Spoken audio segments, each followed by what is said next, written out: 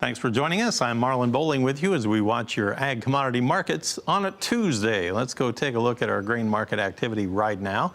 Started out with a little firmer tone here this morning on the corn market. We were about a penny or two higher. Right now you have your December contract, a penny higher at 350.5. And you have the March up a penny at 363 3/4 per bushel right now. On the soybeans, they got a boost early this morning from USDA announcing about 130,000 tons or so of soybeans that were sold to China for the current marketing year. And now soybeans are trading 6 1/4 higher. November at 973 per bushel. It's still in the upper fourth of the trading range today. Let's take a look at January, up 6 1/4 at 983.5 per bushel. Meanwhile, on the wheat, we had December 2 higher at 438 per bushel. And on Kansas City's wheat market, we have December 2.5 higher at 433 1/4. So far, everything higher. What about Minneapolis? Well, Minneapolis wheat has December down 1/4 of a cent at 623, so that broke the trend there. Meanwhile, on the cotton market, we have that new crop December contract trading 85 points higher at 69.80 cents per pound right now, within 4 points of its high of the day. So let's go to the trading floor in Chicago there at the CME Group and check in with none other than Mr. Todd Bubba Horwitz. He's with BubbaTrading.com. All right, thanks, Todd, for joining us here today. Firmer tone across most of the ag commodity trade. I can't say everywhere. Minneapolis kind of dragging its feet a little bit today. Good morning, Marlon. You know, again, we're really just in this big old range that we've been trading pretty much across the board.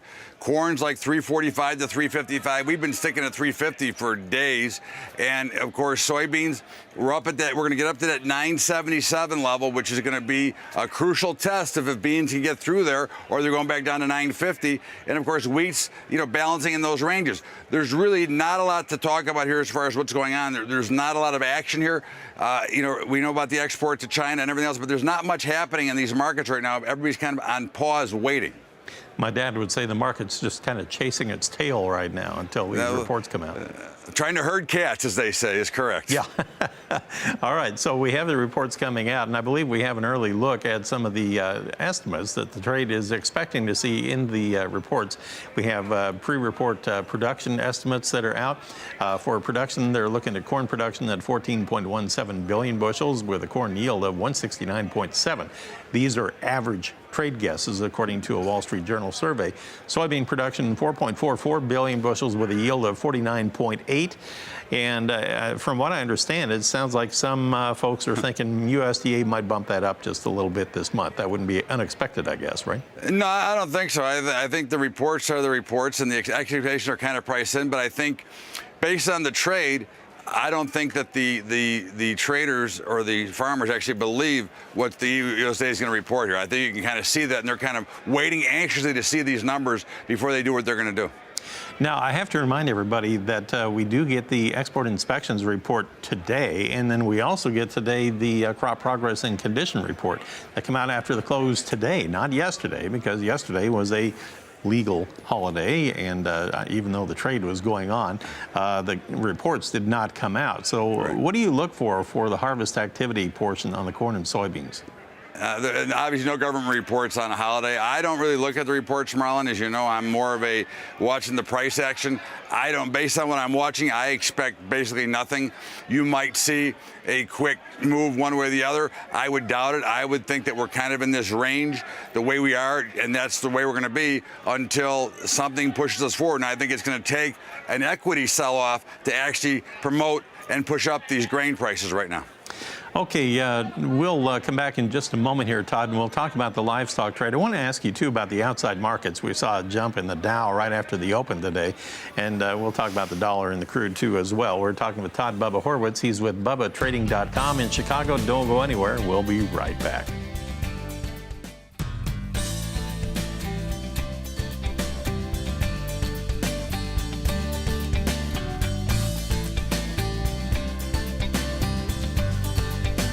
We are talking right now with Todd Bubba Horwitz of BubbaTrading.com in Chicago, and we kind of had a tease right before we got into the commercial break there about a big move in the dollar today, a big move in the Dow Jones Industrial Average on the open this morning, and then now a big move in the crude oil.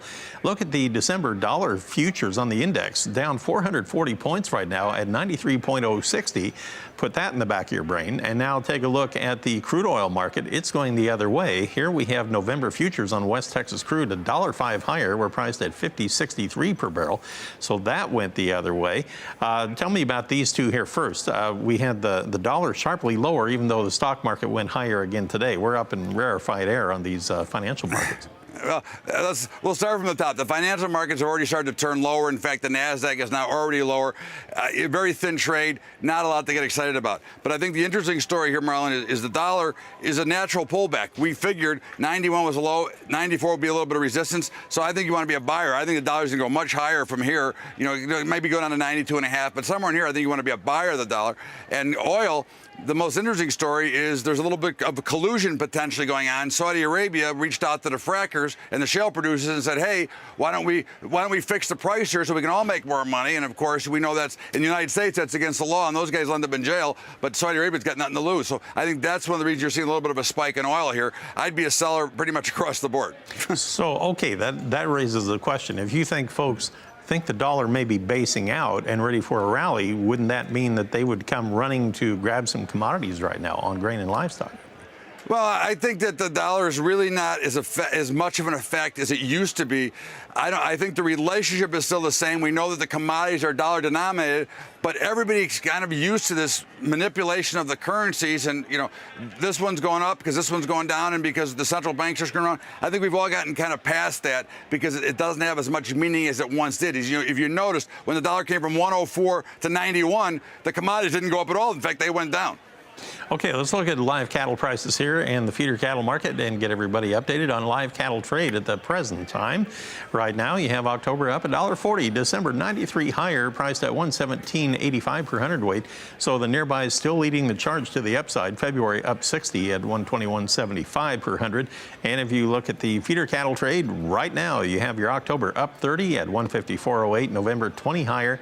Check that, now only 8 higher at $155.58, so a jump downward there. January is still up 30. On the cattle side here, a little firmness across the board. The lean hog trade, though, had some big gains this morning.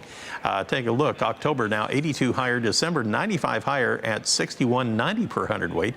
February up 88. So after the hog markets have been putting in a wildly choppy sideways trend here for the last week, can it break out? No. No? First of all, no, I don't think so. First of all, I think live cattle, fat cattle is going to go higher. Look for about 119 before it might pause back a little bit. Feeders, I think, are going lower. I mean, you can see that relationship is the spread is starting to narrow back in. And of course, we're seeing this coming in. I think we look for feeders to go lower until you get down to the mid 140s. And hogs, you know, I think they're at the top. I mean, for now. I mean, I like everything going forward, but for this period of these prices, I look for the hogs to come back about 6 or 7% from where they are right now. Wow, interesting stuff. Thank you, Todd, for talking with us. Appreciate it very much. Thanks, Marlon. Have a great day. Bubba Horwitz happens to be with BubbaTrading.com in Chicago. You've got to check that website out. And of course, he's always got interesting insight to Absolutely, provide. you bet. Very animated analyst. Very much so. Thanks, Marlon.